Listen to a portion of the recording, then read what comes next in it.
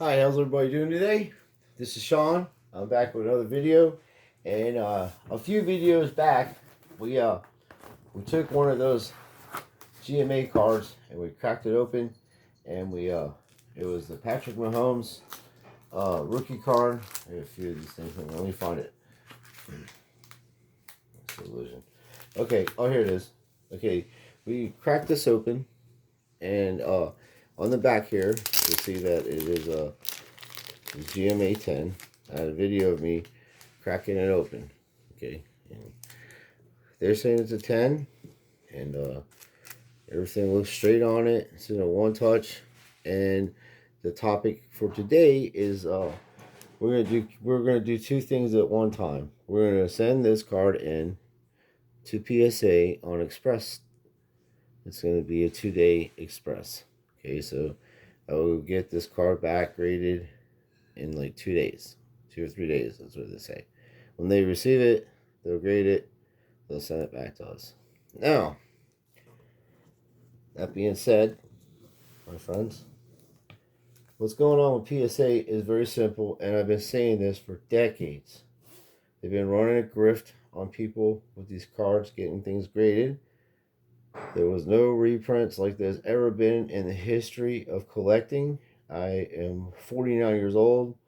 I started collecting cards when I was like 2 or 3 years old. My uncle worked at Flair in Philadelphia. He brought cards back. I had all kinds of stuff. Over the years, I lost stuff, obviously. Little kid, missing stuff. Always replaced it. I was in Ohio. I lost a lot. Lost like 2016, 17, 18. Optics is crazy. Anyway, not to my doing. It's just people will find out what you have, and they'll try to take it. And now I pray for the son of a bitch that ever tries that again in my household, because I went and got myself something to take care of that. Anyway, the point I'm making is these cards are very expensive, and PSA has over 100 million cards that are graded by PSA. Over 100 million cards, and that's not including the ones that are being graded right now. So they really do not want any more junk cards coming to them.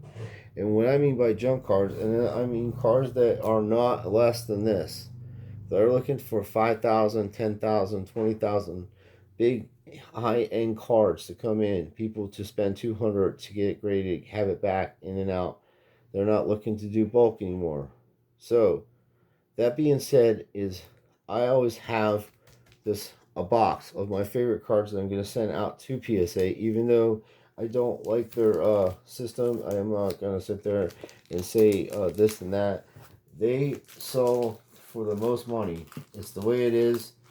They have the market, and they've been caught doing a lot of bad things over the years. Not the whole. What happens is you get a few bad apples into your organization, and if you do not start a business with the intentions to do good, you're never going to have good intentions come out of the business. So PSA was doing that stuff with cards, grading them. You could literally take your card in the 90s to the card shop, give the fellow $5, $10. At the time, I was thinking, one time it was like $5 a card. Then it went like to $7, $10. I always just gave the fellow $10. Cards graded, come back the next week. Literally, in like a week, 10 days at the most. So that's how that worked out. And the reason why people were reluctant to send cards to those people, because they didn't know who they were, what this was all about. What was going on is there was massive, like I said, there was reprints everywhere. The Jordan's reprints and this and that. Now, why would people start making Jordan reprints in the 80s and 90s of a card that nobody knew the value of what that was going to be? He wasn't winning like that. He broke his leg in like 84, I think, or 85 in the Olympics, and then this half a season came back and still won Rookie of the Year, I believe. So he's a very competitive person. But at the end of the day, in '86, without Horace Grant, without Bill Lambier, without Scottie Pippen, without B.J. Armstrong, without the other components, even when they got Rodman, it was game over. you can't win championships without everybody doing their job like that. So Jordan was the greatest I've ever seen play. Him and Allen Iverson, and I've seen quite a few players like '90s players in Orlando Magic, but that's what they're wanting to do with PSA. They want these vintage old cards, and they just want those cards. They've always wanted it that way. So now that they have totally monopolized and set up an oligarchy, intentionally or unintentionally, that is exactly what you have. You have an oligarchy with PSA being the top dog, and they work with PWCC, and they work with Prostine, and they work with the biggest auctioneers in the country and in the world. So Beckett is not selling for much more. It won't. It's not, because years and years people have been buying Beckett, and I can guarantee you, look up on their chart and see how many actual Beckett 10s they've had over the last, since 1995 when he started grading, or 84 or whatever, and when they started really getting big in the early 90s, mid 90s. I'm sorry. So the fact of the matter is, there was not many 10s. I had a couple Connor McDavids that were 9.5s, 9.5, 9.5, you know, and then it was like not, and they don't get a 10, or they got 10, 10, 10, and then a 9.5. It's just asinine. It's literally crazy. So people are like over that. It's either a 9 or a 10. Okay, the near mint, gem mint, or whatever, and then when they did slap a label on there that was a 10. Let's say you had a Connor McDavid 10, prestige 10. Okay, now huge money. But put that thing up against a PSA 10, and it's still, you know, PSA 10 is probably going to sell for more, even with the Beckett black label, depending on what the cards are. I mean, I think that Trout was in a Beckett that that grifter sold and made $3 million off of. So I mean, it all depends. Modern cards, there used to be a thing, SEG for cards like the T206s and stuff like that. They look really good, and actually some of the 50s, the yellow background, and I have a really cool Reggie Jackson. I'm sorry, Jackie Robinson 50s 54, I think it is.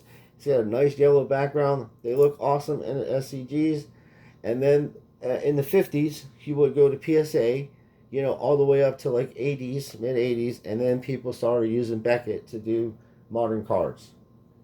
The whole problem is they're trimming modern cards. They found trim cards in that area, and so you don't even know that the cards that you're getting are even straight and legit. But to get back what I'm saying, there's a lot to this, but we have to play the game. You know, like this is how it is. The value of these cards are very expensive. I had people trying to grift me on this. You know, they're like trying to grift me on it, offer me $100, $200. It's not graded, and I was like, okay, well, dude, I took it out of the case, and it was graded GMA 10. So get back to what I'm saying is we're sending this thing into PSA because I get my tax return, and I'm just gonna do a little investment on this and sort it out, and we're gonna see what it comes back. And I'm gonna release the video prior, like I'm gonna send you. You're gonna see this video, and then when I release it, then I'll have the next video to put out the very next, you know, within the next 20 minutes of this first video. So you won't be much of a delay. We'll see right away. But I'm letting you know I did, you know, and I have a video of me cracking this out of here because it was moving around in there a little bit, and it concerned me. And I'm like, well, man, I can't have this card moving around in there. This card's centered correctly. I had pulled this out myself as soon as I got it. I thought it was going to go into baseball, as I said before. But then I always put stuff like this in one touches anyway. And I seen him play. You know, I didn't know how good he was going to be in the NFL. No one really knew. And then, obviously, 2018, 50 touchdowns. Everybody's like, okay. And then, you know, the Super Bowl after that, it was like Ben Roethlisberger type stuff. That's one of the things that concerns me about this Patrick Mahomes, is that Andy Reid is not really a good coach, in my opinion. I mean, he's had super awesome teams. Same with Bill Cowher, had super awesome teams. Same with Mike Tomlin, had super awesome teams. Bill Belichick had super awesome teams, and he won with them because you got Brady, And I just don't want to see this dude's career get messed up because of a bad coach. I think they are going to win another Super Bowl probably this year. I would say I think that's going to be the case, and I think they might play against Green Bay.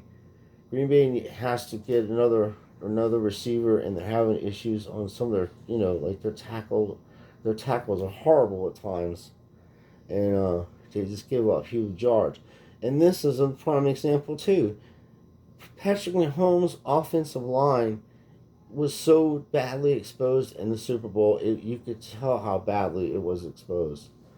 And I'm not saying that the Steelers would beat the Chiefs because we would have got shellacked by them offensively, but I'll tell you what, the way that defensive line that we have, in Pittsburgh, they would have got to Mahomes a lot, and might have injured him. I'm not saying that they would intentionally, but when you get hit that many times, I was so surprised that this man could throw a 40-yard pass while he's getting drilled in the face and hit people in the face mask, mind you, the best receivers in football, and they drop it. If those dudes caught those passes that he threw in the end zone and in the big areas that he threw, that would have been a whole different Super Bowl talking there. That would have been a lot closer. But, Tampa Bay has always had a good defense. They always have. And now they have a quarterback that can read defenses better. I like Jameis Winston. I'm not going to say I don't. I like him. I just don't think he fit into the West Coast offense. I'm not a big fan of the throwing the ball in front of receivers before they get there. Anything can happen. And when people are like, oh, look, he just threw the ball right to him. Yeah, he did. Because the person was supposed to run where that ball. And there's only a few people that's ever been really, really awesome at running that offense. The first that started doing it, obviously, is, Joe Montana. He was the best at it, at running that West Coast offense. And Steve Young was very good at running the West Coast offense. They modified it a little bit because he's left-handed, but he also could run, and they gave him another option besides Rathman. So, and then obviously the best that I've seen right now run the West Coast offense of like playing in modern times, and probably the best with Joe Montana so far is is Tom Brady, and I do have my opinions about Tua. I think he would be a perfect quarterback for the West Coast offense. Some of the passes he made last year were pinpoint accuracy, like completely timing, and he was brilliant with it. And I think he's a sleeper. But Justin Herbert also, that he's a very, very talented. There was a lot of good players last year, and I'm glad to see Hoskins playing for the Steelers. But to get back what we're saying is, when you're sending stuff into PSA, there isn't going to be any more bulk. It's probably going to be $50 a card, or $25 a card, and a minimum of 20 cards. And then whenever they get to it, because people are going to be sending these in and stuff like this. You know what I mean? Like, I pulled all this stuff myself. I just got lucky. I got the stuff early in the season at the time, and like I say, when I pull stuff, I'll put this on there. The other plastic was ripping. I put them right in one touches until I decide to get them graded, and I am sending this thing into PSA the way that this is. I'm not even going to mess with it. I am not going to send them the label. I'm not going to do that. I'm just going to send the card in this one touch. And I don't like that flimsy ass stuff with cards that are into the thousands of dollars or possibly even more. Putting it into a flimsy card, like, it just makes my heart stop. I do not trust that process at all. There's so many things that could happen. It's not protecting the card at all. just putting it in the card itself with penny sleeve could damage the corners. The suction on it is just, I just like one touches. I'd rather just know that they can keep the one touch. And then there's other cards too. Usually fabrics don't grade very well. This has actually got dirt from him playing, which I think is kind of unique. And then it's also numbered. And that's another thing. Numbered cards. This is the number one card of what is it? Sorry. That's sad. I got my glasses on. I'm so funny. This is number 8 out of 10. Okay, so there's only 10 of these made. This is the kind of stuff that you send into these. That's what they're looking for, this stuff. Okay, is it real high end, super high end? No. It is short number, and he is a true Hall of Famer without a doubt. So that kind of stuff. And then, got Corey Seager. Is that Bellinger or Seager? Seager. Corey Seager, rookie. Okay, and this is national treasure stuff. I was all over this before anybody even thought about getting this kind of stuff. With the baseball 0899, that is good pull, and stoked. And this would definitely go in, and I'd say it probably come back a 9, maybe 8.5. But if it was shorter numbered, you'd be like, okay, I'll send that in. But personally, I would not send something like this in my opinion. But there are people, this is the stuff that they're looking for you to send in, because there's only less than 100 of them made. So there'd be 100, if everybody sent them in, there'd be 99 graded by PSA, and then you would break the numbers down accordingly to how they were graded. And there's other ones like, let's see, that's hand sign. Okay, this is a perfect one here. This is a little thicker, okay, this is a little thicker, but this is numbered out of 99, but this is top strata, and it's I can't even read. Strata, and these are very difficult to get rookie cards like this. This actually got a window in it, dude. It's got a window. It's certified by Major League Baseball. It's legit, man. Like as it gets. A very good rookie card to pull out. Oh my goodness. I was like, what? Anyway, goodbye on that. Got one of those. Stoked on that. That's the stuff too. And then you have, this is unique too, because of the fact that I don't believe Schreiber's been playing catcher for a while. He was playing catcher for a while. They moved him to the outfield. I think he's got an arm to play that position. So this is number 3 out of 5. 3 out of 5, right? And if I was just to be honest, in my opinion, if I'm not a professional grader, but I played one on television before. I'm just kidding. I'd say it's a 9. I'm going to be honest. This one little area right there is what concerns me. But everything else is squared off. It's centered nicely. See, it's really how it's centered. It's a beautiful card. 3 out of 5. That's the kind of stuff they want you to pull. It's an emerald, by the way. It's emerald green. Rookie auto of Kyle Schwarber. And he is with the Nationals, I believe. But that's stuff like this. And that's what they're going to do to keep the volume down. So you're going to really have to know what you are doing to send stuff into PSA. And or you're going to just have to wait very long periods of time. And I would say some of the stuff might even get up to a year on backlog. But we don't know, because at the end of the day, it could affect the market, the collecting market as as we know it, because it's either going to be too many of the PSAs that are already out in the market, that there's just too many of them. The availability of them is just everywhere. They have, like I said, an oligarchic type, control over the entire hobby industry. They have big bankers that are involved in this. They're professional athletes that are involved in this. A lot of people are involved in this. Entertainers. It's a huge thing. It's a huge hobby. People are enjoying it. It's also affecting retail value.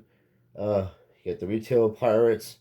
I just seen a fella today. His name he's got extreme cards, okay, extreme card breaks, and he goes and does breaks and been doing it for a while or whatever. And I don't know if he does breaks anymore. I watch his videos on finding people that are shilling on eBay, driving the prices up cards, and they're like got two accounts and just total grifters, total scumbag grifters that just are out there. Now today, this fella comes up and does a video that they're selling fake PSA empty containers slabs, okay? And they're fake, they're empty. People are buying them, and then somewhere on Amazon, they had fake labels to put into the fake fake slabs, the PSA slabs. Shit you not, 100%er. That's what's going on. So now that you buy PSA cards, those things are very easy to seal. They're like it's like a little in high school. We used to have these things. They're little soldering irons, and when you were working on electronics, you'd have to solder stuff through a big magnifying glass, and it'd be clear as day. It magnified huge. You'll be like right looking at your hand and stuff. So they solder the iron. I mean, but this thing just goes so hot. It's got a different type of heat, and it just makes it like gluey, like if you use the chewing gum and make it chewy like that. But it does it with plastic, and it doesn't make it spill over or anything like that. So, very cool tool. I've seen some people use it before, on videos. Um, it's pretty awesome that you can do that. Now, like that dude was saying, and I am 100% with him on this, is that he's a much nicer man than I am. Than I am going to put this. If you are buying slabs and putting fake labels of Lucas that you know, like maybe you got a 7, like he was saying, Luca, we'll use Lucas since he said it. I'll be a parrot and I'll just paraphrase. And what I'll say is this: if you send your Luca in, you got 2 Lucas, and you send them in a PSA, and one comes back at 8, and the other one comes back at 10. Okay, you're gonna take the fake Luca slab, the fake PSA slab, crack the Luca out of the 8, and put the 8 inside the PSA fake one, and crack the other one out, because you already know that's a 10. Send it back into PSA, get your 10 back, and then put your 10 thing in there and sell it for shenanigan prices. Okay? If you do not understand what's going on there, is that that dude is actually selling you a legitimate PSA label. Okay? He's secondary the market, and not only is like there are felony charges that should be drawn up against this type of behavior, because one, you are stealing a company's logo and you're stealing their product. That's copyright issues. That's infringement rights issues. That's all kinds of stuff. And you say, why wouldn't PSA do something about this? And this is my theory about this. And my theory is that because of Scissorhands, Bill Mastro, which I call him Scissorhands, he had trimmed and altered so many cards that, Card Forum is trying to still figure out what the hell is going on.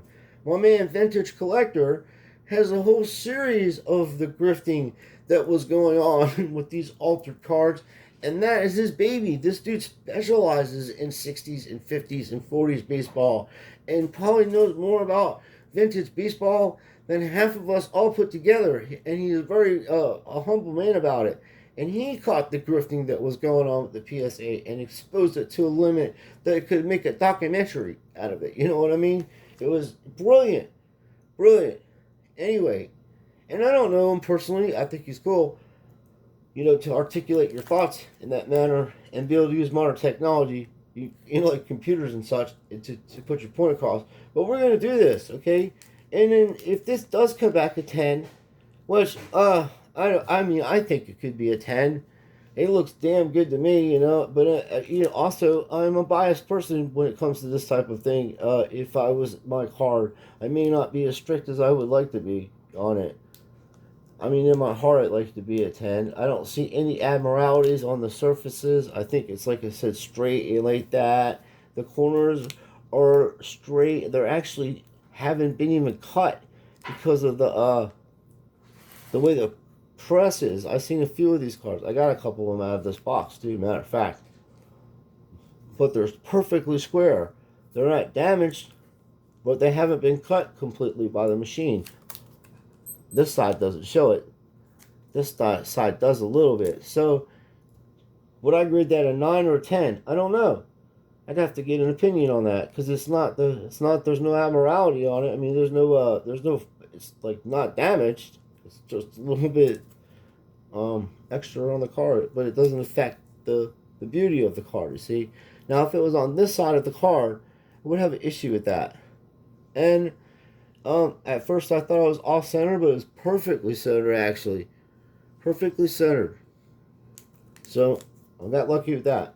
But we're gonna send this out. We're gonna see how it rolls, and I'm just letting people know that you know, even though that it is PSA and all this stuff, or Beckett or any of these people, there are gonna be bad people in that organization to make it to where sometimes that happens. So we're gonna, you know, this is the way it is. People are they want PSA cards. That's gonna be the most value, and PSA is gonna make it so expensive that you're really gonna have to know what cards you want to send in for sure, 100%er.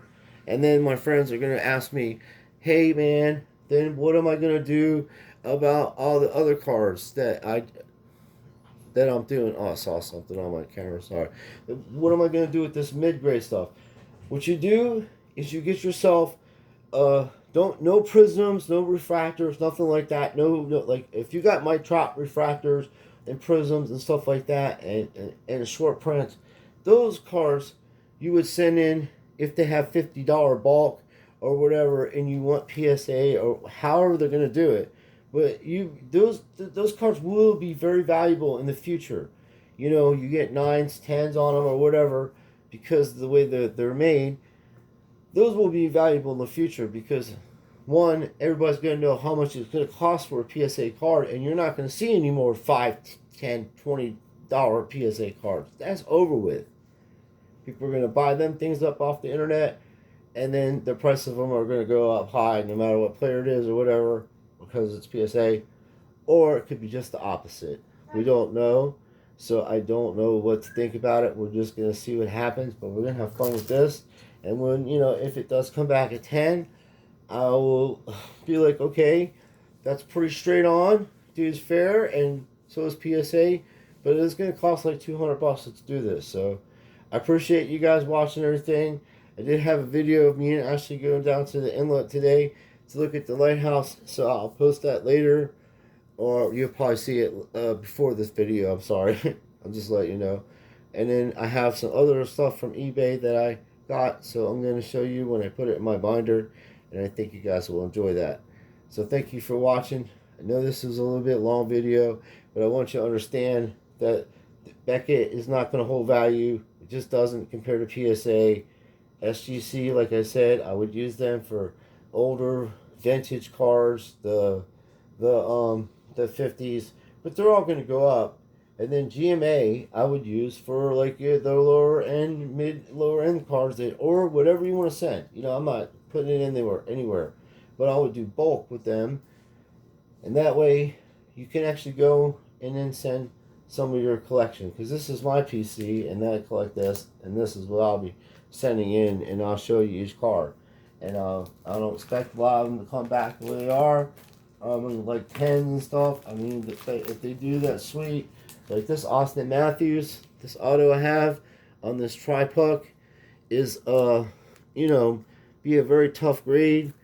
I would say it'd be a 9. The only concern when I looked at this car a lot, the only concern I had was this one corner right there. You can kind of see it. And I'm picky, you know, like that. I don't know if they'll be that picky, and this would be a monster. It is a monster now. This is a monster. I Dude, I called this guy out in 2016 and I lost so much money. So much money. I had over 20 PSA Austin Matthew 10 cards. I was buying for 150. I was winning them. I have a few here. Like, this is a beautiful card. That's another one I'm going to send in. It's just worth me sending it in and get at least one of my PSA 10s back because I just sold them. Oh, man. I was like, oh, because I don't know why. Bad decision. See? But this time you have to learn and then, just keep them. I have some big cards of Austin Matthews. I also pulled that one out too. That's pretty cool. I think that would be a 9 also. Just the way these corners are on them. See how that one corner. I always look at the corners on the back of them, and then the front's kind of hard to tell. This here is a 10 all day. I'd be very surprised if this did not come back a 10. When I pulled this out, I put this right in a one touch. My first box I opened up of the season, and I get my man. And if this comes back a 10, it's over $1,000. And then Sid the Kid, I'll be getting him graded. And now it's just a basic auto on a basic card, but it is a Sid Crosby rookie auto, so I will take it. And there's other ones. I don't know how they're going to do the vintage. While I have you guys here talking real quick, I don't know how they're going to do the vintage. Like, I'm going to be sending this into my Joe Montana rookie card. I think it looks pretty good. It's a little off-centered here. Once again, I'm kind of picky. That one corner I saw in here. Right there is, see how there's a little dent in there? It's like a little dent. And there's that little corner there. I mean, it's from 1980. It's from my 82 set, I think. 81 set, I'm sorry. I have almost the complete set of the 81. Anyway, I would send that in, and I got to find out how they're going to work it out from there, because that's going to be a whole different beast.